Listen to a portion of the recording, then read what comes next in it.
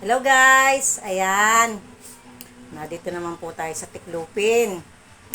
Nalabahan ko na po ang mga damit. Sinampay ni Papa Uji. Sinilong ni Benedict. Ay ngayon dapat tong schedule lang pagtitiklup ay si Faith. Ay napuyat po sa paggagawa ng project. Ay kaysa naman ho nakatambak din ay di ako na magtitiklop. Kaya po, ito po sisimulan ko na.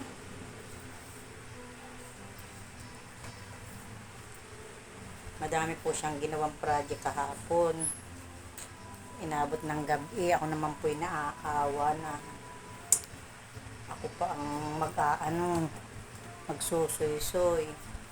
Kaya po kinusa ko na po ang pagtitiklo. Maya-maya pong hapon aking haplantsahin. Kami po ay tulungan din ika ngay hati-hati sa trabaho. Hindi po pwede yung isa lang po ang nagawa.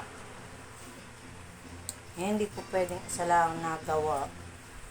Dahil marami din naman ang gawain. At saka tinuturuan ko din ang mga bata. Hindi ho yung sila'y lalaking walang alam.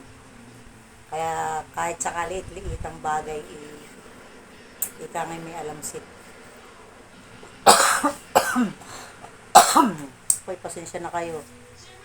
Talaga ring ubuhay ako'y mahal na mahal yata. Ay talagang hindi ako bitaw-bitawang. Talagang may natitira pa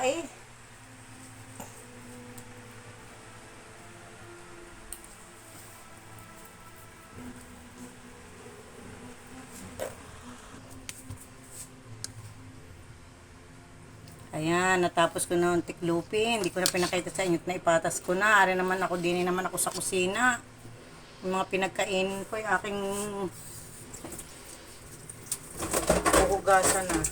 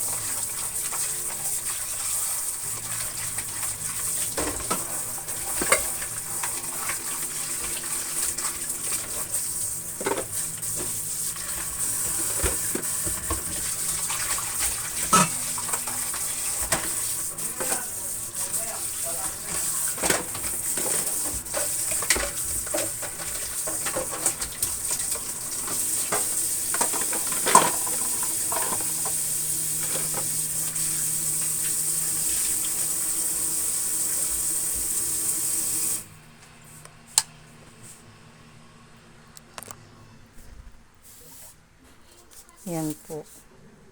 Maya-maya ko na po yung pupunasan.